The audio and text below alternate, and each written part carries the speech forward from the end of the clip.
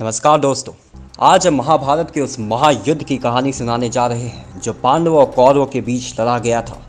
इस युद्ध की वजह बहुत सारी थी और ये कहानी उन सभी पहलुओं को समेटे हुए है। तो चलिए शुरू करते हैं। कहानी की शुरुआत होती है हस्तिनापुर से, जहाँ पांडव और कौरव एक ही राजवंश के हिस्से थे। पांडवों की सफलता और समृद्धि ने कौरवों के दिल में जलन पैदा कर दी थी।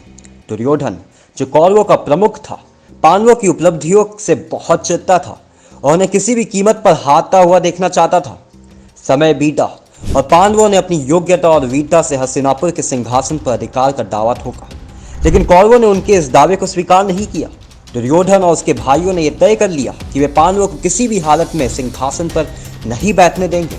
इस संघर्ष ने दोनों पक्षों के बीच दरार को और गहरा कर दिया।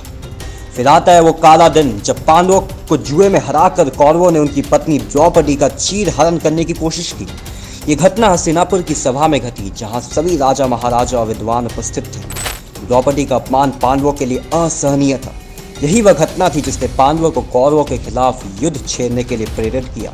लेकिन इस युद्ध के पीछे केवल मानवीय कारण नहीं थे।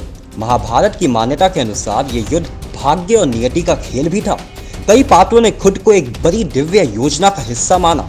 उदाहरण के लिए भीष्म पितामह ने सत्यवती के लिए अपना प्रेम त्याग कर ब्रह्मचर्य का व्रत लिया था, जिससे हस्तिनापुर का भविष्य अजीब मोड़ पर आ गया था। महाभारत की कहानी व्यक्तिगत बदले और प्रतिशोध से भी भरी पड़ी है। कर्ण, जो कौरवों का साथी था, पांडवों से अपना व्यक्तिगत बदला लेना चाहता था। वो कुंती का पुत्र था, लेकिन अपने जीवन के बड़े हिस्से में उसे अपने पहचान का ज्ञान नहीं था। उसके मन में अर्जुन के प्रति गहरा द्वेष था। महाभारत की कहानी में देवताओं का हस्तक्षेप भी महत्वपूर्ण था। भगवान कृष्ण, जो विष्णु के अवतार माने जाते हैं, ने पांडवों का साथ दिया। उन्होंने अर्जुन को गीता का उपदेश दिया और युद्ध में पांडवों का मार्गदर्शन किया। आखिरकार महाभारत का युद्ध शक्ति और धन की लालसा का परिणाम था। कौरव अपने शक्ति और संपत्ति को पांडवों के साथ बांटना नहीं चाहते थे, जबकि पांडव अपने अधिकार के लिए लड़ने को तैयार थे। यही लालसा और महत्वाकांक्षा इस युद्ध की आग को भड़काती रही। इन तमाम कारणों और घटनाओं के बाद आखिरकार महाभारत का महायुद्ध कुरुक्षेत्र के मैदान में छिड़ गया। यह युद्ध 18 दिनों तक चला और अंत में पांडवों की जीत हुई, लेकिन इस युद्ध ने दोनों पक्षों को भारी नुकसान पहुंचाया। तो दोस्तों, महाभारत युद्ध की यह कहानी सिर्फ युद्ध की ही नहीं, बल्कि मानवीय भावनाओं, भाग्य और दैवीय हस्तक्षेप की भी है। ये कहानी हमें सिखाती है कि कैसे व्यक्तिगत दुश्मनी, सत्ता की लालसा और अपमान का बदला लेने की भावना बड़े विनाश का कारण बन सकती है।